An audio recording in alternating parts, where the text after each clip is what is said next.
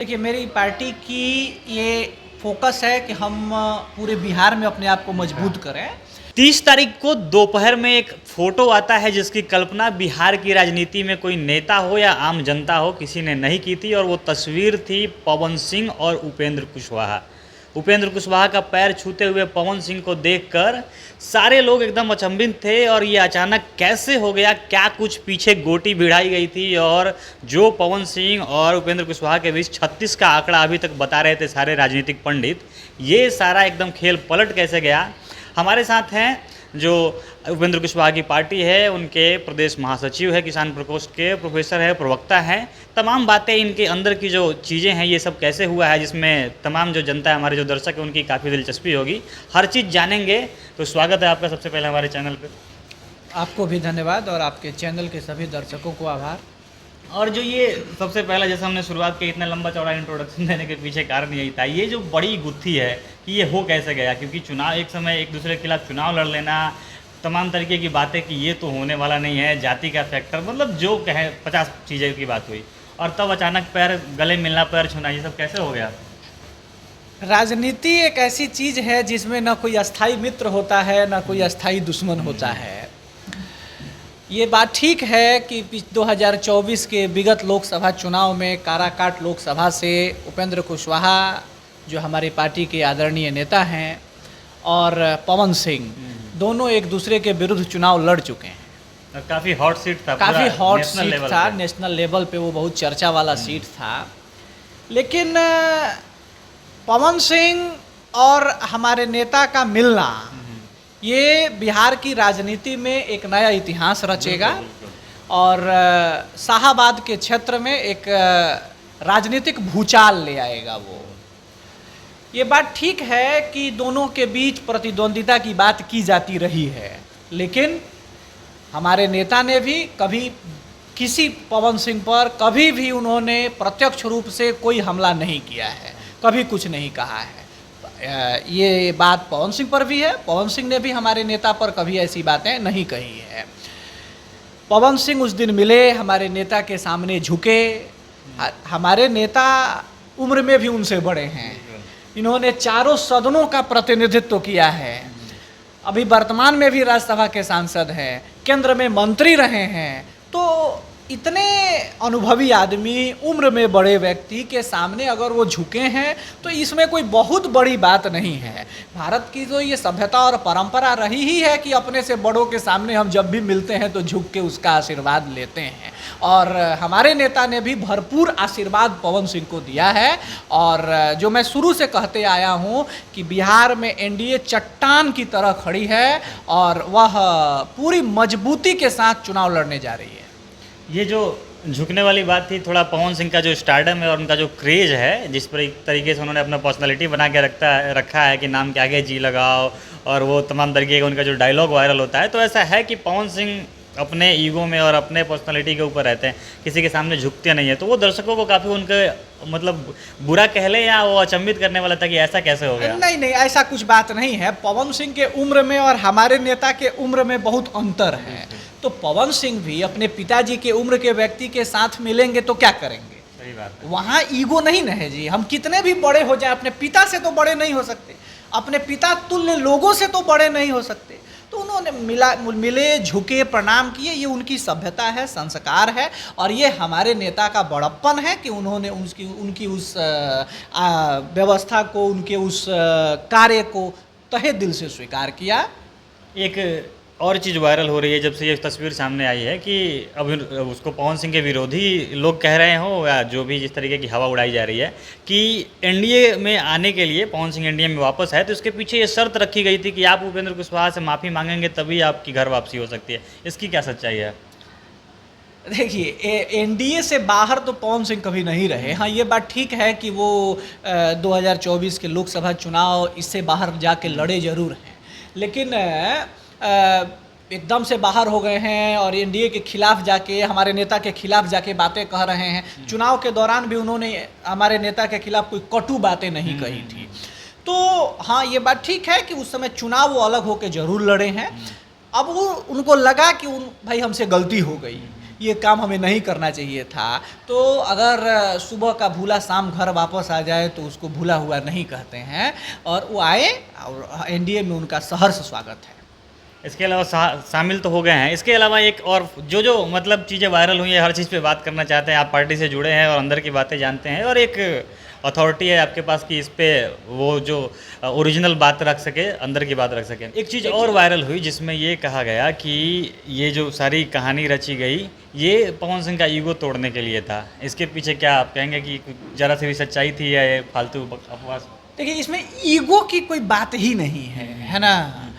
कोई ईगो तोड़ने के लिए और ईगो जोड़ने की कोई बात नहीं है। अब राजनीति में आदत है सबकी कि वो एक छोटी सी बातें निकलती हैं और उसका बड़ा बड़ा बवंडर बनाया जाता है ना।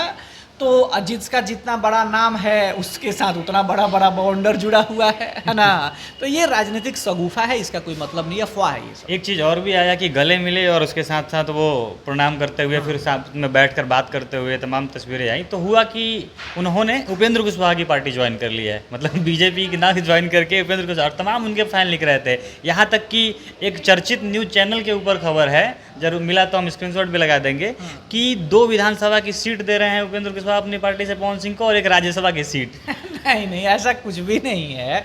विनोद तावड़े ने स्पष्ट कर दिया कि भाई हम पवन सिंह की बीजेपी में हैं, बीजेपी से ही वो बीजेपी के लिए चुनाव प्रचार करेंगे, मतलब एनडीए के लिए चुनाव प्रचार करेंगे। हमारी पार्टी में वो शामिल नहीं हुए हैं, इसमें कोई सत्यता नहीं। अच्छा, तो ये अब शामिल हो गए और बात आगे बढ़ी। ये जो नई जोड़ी बनी है, ये आपने जैसे पहले ही इसका इशारा दे दिया था कि शाहाबाद में ये मेन मुख्य रूप से अगर ये जोड़ी बनी है तो सारा टारगेट एरिया इसका जो है शाहाबाद का जो पूरा इलाका है, 4-5 जो ज़िले हैं उसको लेकर। क्या ये जो राजपूत और कुशवाहा का जो वोट बैंक है इसको लेकर ये साधने की कोशिश की गई, तमाम प्रयास जो चल रहा था? देखिए, 2020 के बिहार विधानसभा चुनाव और 2024 के लोकसभा चुनाव में एनडीए को इस क्षेत्र में, शाहाबाद और मगध के क्षेत्र में बहुत अधिक सफलता नहीं मिली। तो नो डाउट भाई सब चुनाव लड़ रहे हैं जीतने के लिए। हम लोग 2025 के चुनाव में हम लोगों ने टारगेट सेट किया है कि 225 सीट जीतना है, और हम लोगों का नारा ही है 2025 225 फिर से नीतीश। तो उस टारगेट को पूरा करने के लिए हमें जो भी साम दाम दंड भेद की नीति अपनानी होगी वो अपनाएंगे। हाँ, शाहाबाद के क्षेत्र में हमें जिस वजहों से हानि हुई है हम कोशिश करेंगे कि उन सब वजहों को रिपेयर कर सकें, और रिपेयर कर रहे हैं। दिक्कत तो 2020 नहीं 2025 में भी हुआ था, जब ये चुनाव अचानक से लड़े और इसका बड़ा कड़ा इफेक्ट हुआ, और 2-3 आसपास के इलाकों में भी एनडीए को हार का सामना करना पड़ा। मैं तो कह ही रहा हूँ कि 2024 का जो लोकसभा का चुनाव हुआ उस चुनाव में हमें लॉस हुआ है। शाहाबाद की 4 लोकसभा की सीट हम हार चुके हैं, है ना।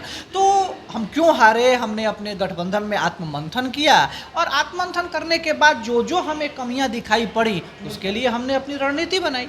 तो इस बार जो आत्ममंथन की बात कर रहे हैं और गठबंधन के अंदर, तो क्या उपेंद्र कुशवाहा की पार्टी को कितना रिप्रेजेंटेशन मिलने वाला है, कुछ इसकी खबर? देखिए, सीटों की जहाँ तक बात है तो एग्जैक्ट सीट तो मैं नहीं बता पाऊंगा। फिर भी एक उम्मीद तो होती है पार्टी का, एक अपेक्षा आकांक्षा, जैसे चिराग पासवान आपके ही सहयोगी बार बार बात करते हैं कि हमारी इतनी महत्वाकांक्षा, और इसमें कोई बुराई भी नहीं है। हमारे नेता स्पष्ट इस पर बोलते हैं कि हम आपके सामने अगर अपनी बात कह भी दें तो उससे हमको क्या लाभ हो जाएगा। वो उससे फायदा तो होने से रहा, नुकसान हो सकता है। फिर भी पार्टी अपना आत्ममंथन करके अपना सामर्थ्य तो जानती है ना कि मेरा इतना सामर्थ्य और इतना पे हम लड़े, जानते ही हैं। As a party member, as a party नेता, हम सब के मन में तो है ही कि हमको इतना सीट मिलेगा, लेकिन अगर हम वो कह दें तो उससे हमको क्या लाभ मिल जाएगा? उससे कोई लाभ तो मिलने वाला नहीं है।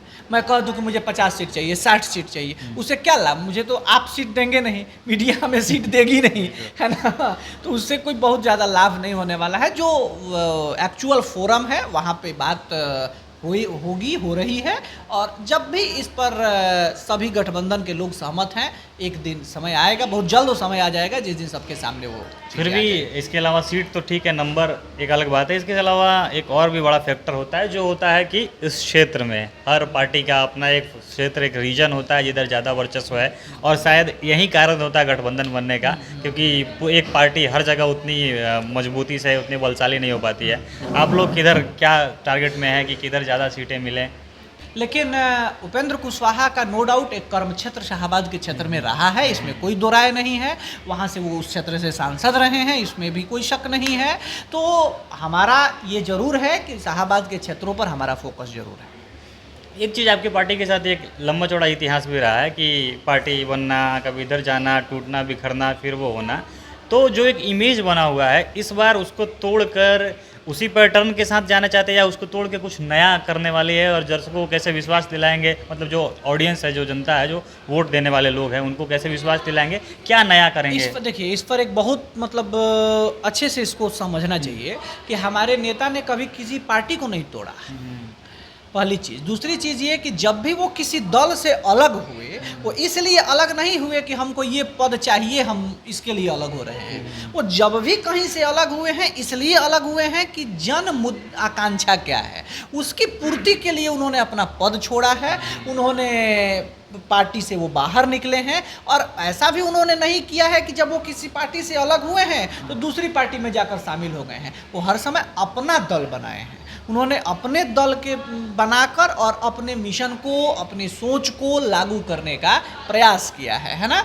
हमारी कोशिश है कि इस चुनाव से हम राष्ट्रीय लोक मोर्चा को मजबूती प्रदान करें और फिर हम उसी विज़न के साथ आगे बढ़ें जो हमारे नेता का विज़न है। अभी हम अंत के दौर में हैं अपने बातचीत के क्रम में। अंतिम सवाल आपसे यही रहेगा कि जैसे आपने बताया उपेंद्र कुशवाहा का कर्म क्षेत्र है शाहाबाद, आप भी जिस रीजन से आते हैं, बड़हरिया इलाका, सिवान का विधानसभा क्षेत्र, इधर आपका भी एक अच्छा खासा पहचान, अच्छा खासा पकड़ है। उधर क्या देख रहे हैं 25 में एक एनडीए के कार्यकर्ता के रूप में आपकी क्या? सिवान में 8 विधानसभा की क्षेत्र है और इस 2025 के विधानसभा चुनाव में 8 की 8 सीट एनडीए जीत जाएगी, ये तय है एकदम। पिछली बार तो बड़े उल्टा हुआ था और इसका बहुत एग्जाम्पल भी दिया जाता है। चुनाव में तो उतार चढ़ाव आते ही रहते हैं, लेकिन 2025 के चुनाव में 8 की 8 सीट एनडीए जीतेगी। इस बार मैं एक उदाहरण दूंगा, मेरा ही जो सीट है, जो बड़हरिया विधानसभा का सीट है, पिछली बार वो बिखराव के कारण वो सीट लूज हुआ था। इस बार वो कोई बिखराव नहीं है और पूरी मजबूती के साथ वहाँ एनडीए खड़ी है और इस बार प्रचंड बहुमत से एनडीए वहाँ चुनाव जीतेगी। और यही हाल सिवान के अन्य विधानसभा क्षेत्रों पर भी है। आप सुन रहे थे, प्रवक्ता हैं, काफ़ी प्रखर युवा नेता के रूप में कह लें या प्रवक्ता के रूप में, हमेशा अपनी बेबाक बातों के लिए हर चीज़ पे इन्होंने खुलकर बातचीत रखी। बाकी हमारी बातचीत कैसी लगी अपनी प्रतिक्रिया कमेंट बॉक्स में बताइएगा। बने रहिए हमारे साथ। धन्यवाद।